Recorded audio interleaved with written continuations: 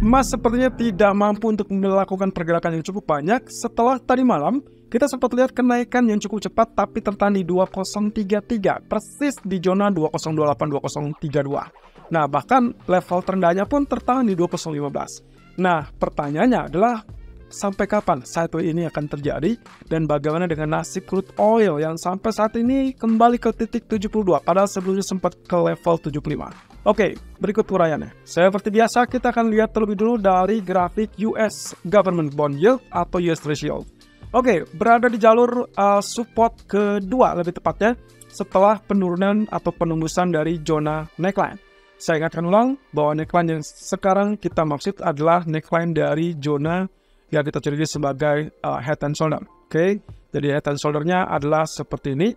Kalau misalkan Anda ingat, ini adalah level yang kita memang sudah nantikan sejak beberapa minggu terakhir. Oke, jadi sisi ini sudah jelas penurunannya. Dan kita juga sedang menantikan lanjutan penurunan itu adalah sesuai dengan target ketinggian dari bagian head. Dan itu berarti saya perkirakan mungkin seperti inilah. Ya kurang lebih sampai ke di bawah 3,63%. Nah, satu sisi teman-teman, kalau misalkan kita lihat di sini, kondisinya candlestick ditutup dengan posisi yang relatif doji. Doji ini artinya apa? Doji ini ada keraguan antara dia untuk mulai kenaikan atau tidak.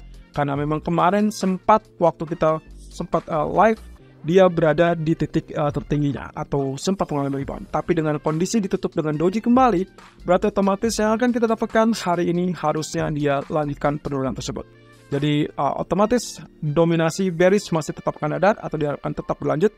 Lalu kemudian kita akan bicara tentang kondisi ini teman-teman. Di grafik keempatnya, jelas di sini kelihatan sideways. Jadi saya tandai saja zona tersebut sebagai rectangle. That means kalau misalnya kita asumsikan dengan pola sebelumnya yang juga merupakan penurunan, maka seharusnya kita akan dapatkan penurunan lanjutan sesuai dengan ketinggian pola penurunan tersebut. Jadi kita tetap mendominasi dengan bearish US Treasury Yield dan juga mungkin saja dolar. Nah, dolar satu sisi juga sekarang sedang mengalami penurunan atau stagnasi sebetulnya. Jadi kalau lihat dari sini, ini juga sama. Ya, ini juga saya asumsikan sebagai rectangle. Lalu kemudian yang terpenting lagi adalah setelah dia penurunan, maka kita tidak harapkan dia naik lebih tinggi. Atau dengan kata lain, ini adalah jalur yang cukup normal, distribusi normal, lalu kemudian dia hanya konsolidasi sesaat. Artinya lagi, setelah kita timbang-timbang, maka penurunan ini akan dilanjutkan di pola yang ini. Nah, itu berarti siap-siap untuk meluncur ke level 101.52 karena saat ini dia rebound yang tertahan di 102.48. Dan coba lihat, ini kita sambungkan di sini, berarti inilah zona historical price. Jadi sangat wajar sideways tertahan dan sebagai konsolidasi yang normal, itu berarti saatnya dia siap-siap untuk kembali ke dalam jalur penurunan. Nah, sementara kalau kita lihat dari kondisi candlestick daily juga menunjukkan hal yang sama. Dan itu adalah doji candle berikutnya. Kemarin saya sempat mengatakan seperti demikian teman-teman. Kalau teman-teman ingat, cek lagi di live streaming, kita sempat katakan ada dua candle yang harus diperhatikan. Pertama adalah candlestick yang ini. Itu adalah berarti long bearish candle sebelumnya atau yang pertama. Lalu kemudian candlestick yang kedua adalah yang ini. Ya, dan mengacu kepada hal tersebut, kita juga kemarin menguraikan. Pertama, dia akan berada atau sedang berada di atas 50% real body long black ataupun long bearish candle ini. Dan patokannya kedua adalah selama dia tidak tembus dari zonasi ketinggian ini, berarti dia masih tetap penurunan. Nah, kemudian resisten keduanya adalah di sini, 50% real body dari long black yang pertama atau yang paling panjang. Dan yang ketiga, resistennya adalah di sini. Dan tentunya, kemarin kita sudah sempat katakan, selama dia tidak tembus di atas level yang ini, maka kemungkinan dia potensinya kita harapkan turun kembali. Kemudian kalaupun dia tembus ke atas, berarti kita harapkan di sini dia akan tertahan dan turun kembali. Dan kalaupun misalkan dia masih membandel sampai ke atas, maka kita harapkan di sinilah letak kemungkinan potensi turun kembali. Dan ternyata apa yang kita dapatkan? Yang kita dapatkan adalah posisinya, yes, betul sekali.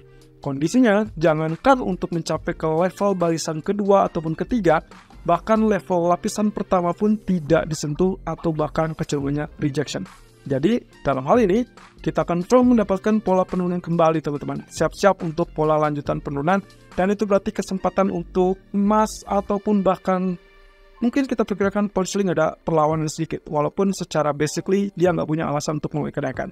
Jadi berarti saya masih pertimbangkan mungkin rally ini akan sangat bagus untuk pasar saham dan juga gold terkait dengan Safex Australia ataupun rally akhir tahun untuk emas. Nah, berarti teman-teman, kondisi ini yang akan membuat kita berpikir apakah saatnya untuk melakukan pembelian untuk crude oil. Anyway, kemarin kita sudah dapatkan level $75, ya. Ini $75, tapi kemudian dia turun dan ditutup di 72. Dan kali ini pun bertahan di level 72. Nah, kalau terkait dengan minyak, tentunya teman-teman ingat bahwasanya kita sedang berada di jalur apa? Ya, setelah penurunan wave 1, 2, 3, 4, lalu kemudian 5, maka yang sedang kita proses saat ini adalah wave A, dan berarti kalau sudah sampai ke 75 dan so far juga masih bertahan, saya berharap ini adalah penurunan untuk wave B. Ingat, wave B bisa saja setengah dari pantulan ini, ya, wave A, atau mungkin sejajar dengan wave 5, ya. Tapi yang jelas tidak boleh lebih besar atau lebih rendah daripada wave 5. Saya asumsikan wave 5 kemarin 67, berarti dia tidak boleh turun di bawah 67. Lalu kemudian, ya, ini berarti potensi berikutnya teman-teman. Kita bisa dapatkan pantulan di area 70 atau betul-betul di area 67. Dan itu berarti kita asumsikan di wave A, ini wave B-nya, atau mungkin B-nya sampai sini, ya. Jadi saya gambarkan B1, B2 gitu ya, dengan sebagai alternatif. Nah, ini berarti C1 atau C2-nya di sini. Nah, ini tergantung dengan potensi penurunan yang akan ada terjadi berikutnya. Tapi harapan saya adalah tertahan di level 69 ataupun level 70. That means harusnya Anda sudah siap-siap bergegas lakukan pembelian ulang. Dan kita asumsikan bahwa pelemahan US dollar akan terjadi sepanjang 1 atau 2 minggu ke depan. Berarti kesempatan sampai akhir tahun adalah kenaikan untuk komoditi emas ataupun crude oil. Nah, itu artinya untuk posisi untuk hari ini saya berharap sell karena kondisinya memang kita harapkan wave B. Jadi kalaupun penurunan, saya asumsikan penurunan itu akan equal atau setara dengan level support yang ini teman-teman. Dan itu berarti level 71 ataupun level 70. Ya, jadi sesuai dengan perkiraan tadi di grafik daily ya, posisinya masih cukup sama. Kalaupun terjadi penurunan lebih lanjut, katakanlah lebih ekstrim, misalkan sampai ke titik ini, ingat bahwa inilah waktu sebelumnya sebagai wave kelima. Berarti kita anggap bottomnya yang paling jauh hanya di kisaran 67 ini. Lalu kemudian nantinya diharapkan dia gaspol untuk rebound naik.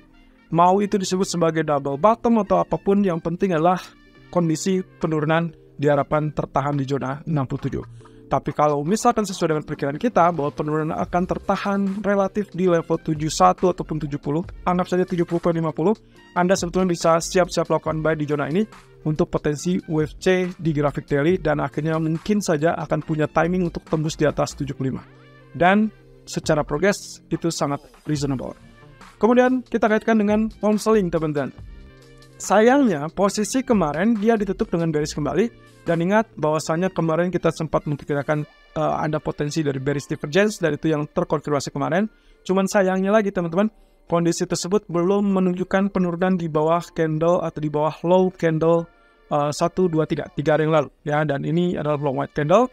Ingat low-nya ada kurang lebih di zona berapa? Ini adalah zona 1.2611 atau 26100. Artinya yang kita butuhkan untuk konfirmasi penurunan lebih lanjut adalah penurunan di bawah level 1.2600. Kalau itu yang terjadi, silakan hold ataupun tahan posisi sell dengan kemungkinan MA200 akan segera dikejar.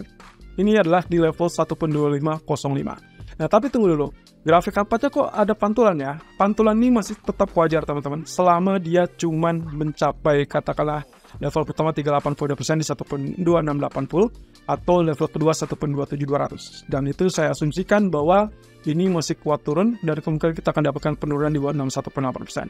Atau kalaupun lebih tinggi, it's okay. Yang penting stop loss-nya ditempatkan di atas 1.2720. Jadi ya, saya rasa saya masih tetap melakukan sell at least sampai kita dapatkan data CPI, dan itu mungkin kita akan dapatkan spike terlebih dulu sebelum terjadi penurunan lanjutan, karena biasanya inflasinya sudah turun, berarti pound sterling nggak punya alasan untuk menaikkan suku bunga, dan itu berarti pertanda buy on rumor sell effect. Tapi untuk hari ini saya sell terlebih dulu sampai at least jebol ataupun mendekati 1.2600 atau maksimum 1.2550. Nah, kaitannya dengan hal tersebut, ternyata emas sesuai dengan apa yang kita perkirakan, tapi masalahnya dia masih tetap tertahan di area ini teman-teman. Nah ini ya, Jadi kondisinya 2033 kemarin itu tertahan di 23,6% Fibonacci retracement.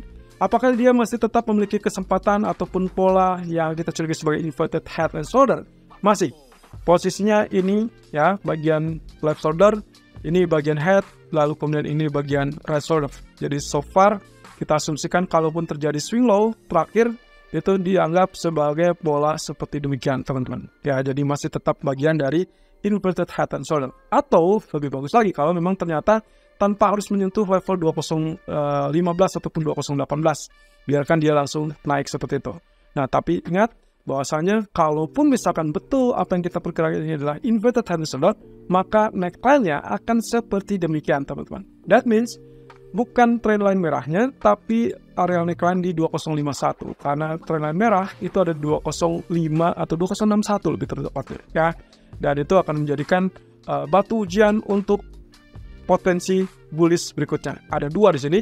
Yang pertama adalah 2051 karena itu adalah neckline dari inverted head and shoulder, ya, seperti ini. Tapi yang kedua adalah dia trendline dari garis merah ini yang memang sudah mengalami penurunan sebelumnya, sehingga kita butuh konfirmasi validasi untuk kembali naik di atas 2061. Jadi secara bertahap progresnya karena data malam ini relatif juga medium. Artinya kita mengandalkan GDP dan juga PCE di hari Jumat. Jadi GDP-nya hari Rabu, PCE-nya di hari Jumat. Jadi 2051 saya rasa hari ini dan besok masih tetap berpotensi. Tapi hati-hati teman-teman. Kalau sampai dia turun di bawah 2010, Anda bisa switch strategi menjadi sell dengan potensi terdekat 2000 atau 2000 atau terjauh adalah 1990. Nah, kaitannya dengan hal tersebut, saya ngerasa ini masih tetap bisa naik. Kemarin saya sempat sebutkan di live streaming. Ingat bahwasanya pedoman kita adalah pola long white candle ini. Kemudian penurunannya tidak lebih dari 50% real body long white. Dan juga kemudian pedoman berikutnya adalah terkait dengan Morningstar strong. Ya, karena 3 candle terakhir Morningstar. Dan itu berarti pula posisi penurunan kemarin itu hanya sekedar koreksi yang cukup normal. Sehingga kita dapatkan kemarin closing price-nya sebagai bullish. Dan inilah kelanjutannya. So, 2035 saya harapkan harus tunggu dulu supaya punya ataupun memiliki pembuka jalan untuk kenaikan di 2050-an. Apakah itu bisa terjadi? Tergantung nanti malam.